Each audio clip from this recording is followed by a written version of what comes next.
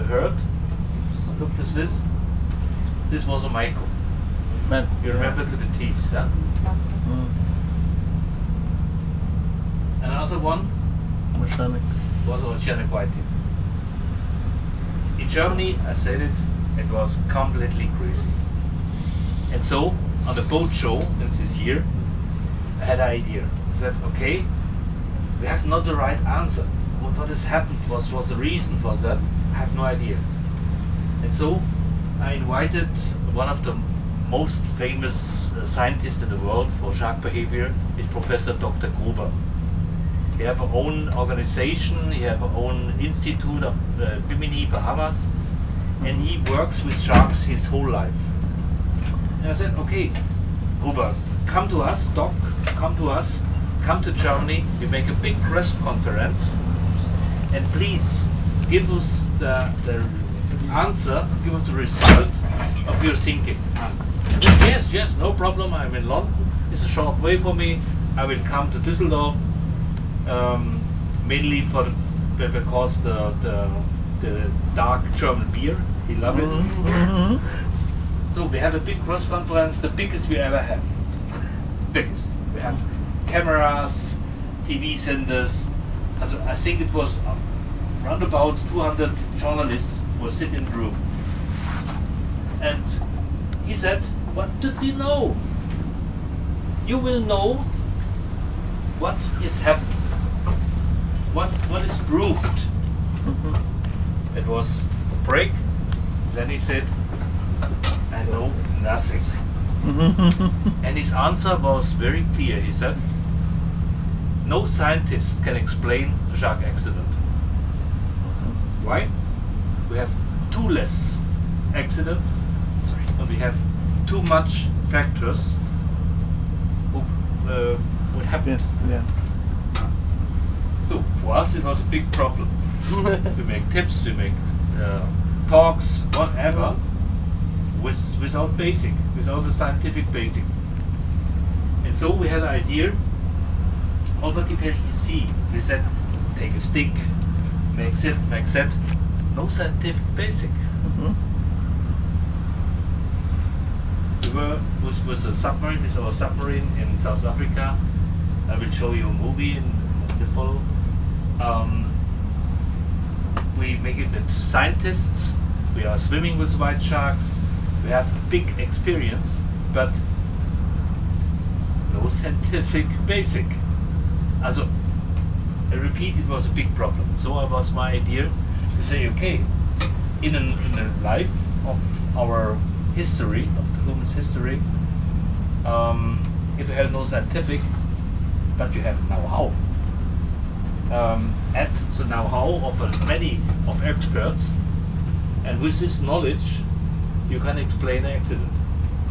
And so we have spoken with 25 worldwide experts with 35 dives with sharks, with a lot of experience, and made together a book. And ask him, what is the reason? What is the factors? What is your meaning about that? And we added and make an addition from all, and it was very clear the answer. To the animals. That is Emma. You know Emma. Yeah, Don't you love camera? It's a shark with a camera. You see it here. It's really big. When I look at Emma, I don't see a 14-foot tiger shark. I see a gentle animal that's established a relationship with me, a bond of trust, if you will. She obviously knows him very well, and they have a little rapport going on, which is probably unique among sharks. And There's no question that she can pick me out of a crowd of divers and spend time with me and feel a bond of trust that I will never hurt her. I mean, she knows I've been cleaning her of parasites. I've been removing hooks for her every time she gets one. I'm sure that she's connected with me and that she follows me around the same way your dog does at home. I don't expect very many people to believe that, unless of course they come on the trip. But when they come on the trip, then it's so obvious that as soon as I get in the water, she comes in really close and she stays, and usually stays there the entire time until I get out, and then she usually leaves. From a personal point of view, he must feel a very close kinship to these animals. If everyone looked at Emma the same way that I do, I'm sure that she would fall right into the charismatic type animals that we all love, protect, and care for on a daily basis. And I think the idea of Emma, you know, being kind of a mascot, an icon for the other sharks, I think if we could get the world to see how Emma is with humans, with divers, then Emma could literally be an ambassador for all sharks around the world. In order to get this message across, I wanted to give the film something that no one else has ever seen before. And I believe I have that opportunity because of my relationship with Emma. I mean, she basically follows me around everywhere I go down there. So essentially what I was doing was playing leapfrog with her. And I would run away, and then as soon as I got far enough away, I'd turn around and let her approach me. I wanted to dispel the mentality of the rest of the world thinking that they're monsters. You can see that this supposedly very dangerous creature wants nothing to do with me as a food source. In fact, it's very much like your dog swimming up to give you a kiss. Maybe it's a little bit crazy, but Jim Atkinson is a friend of mine and one of our experts. He has a special meaning to Emma, and I have dived with him and I have seen it.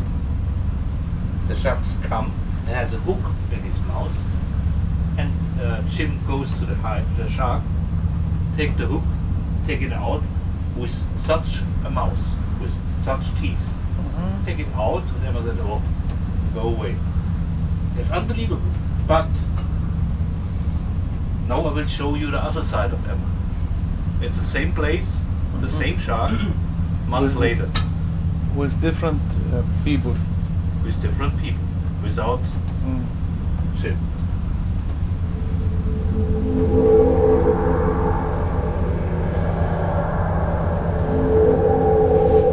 It's Emma, and now look to the snorkeler on the surface. See it?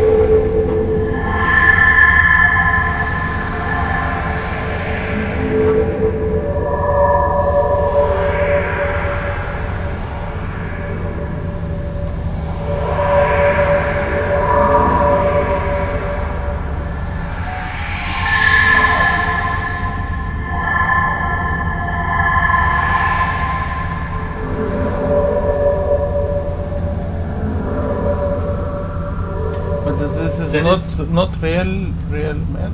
The real man. Yeah, snorkeler. But it doesn't walk. It doesn't move. That we called a test bite. It was not a really bite. It was no hole in this suit. So only, hey, what is that? And go away. The same, I told it, we have in the submarine. It's metal, it's aluminium, and so you can see the sharks come in the salt water, and look, what is that? They test bite with the whole body. It goes along the submarine. Why? There's reasons, special reasons for our second part. I will explain it. But here, I will show you a short movie. I'll try to show you the short movie.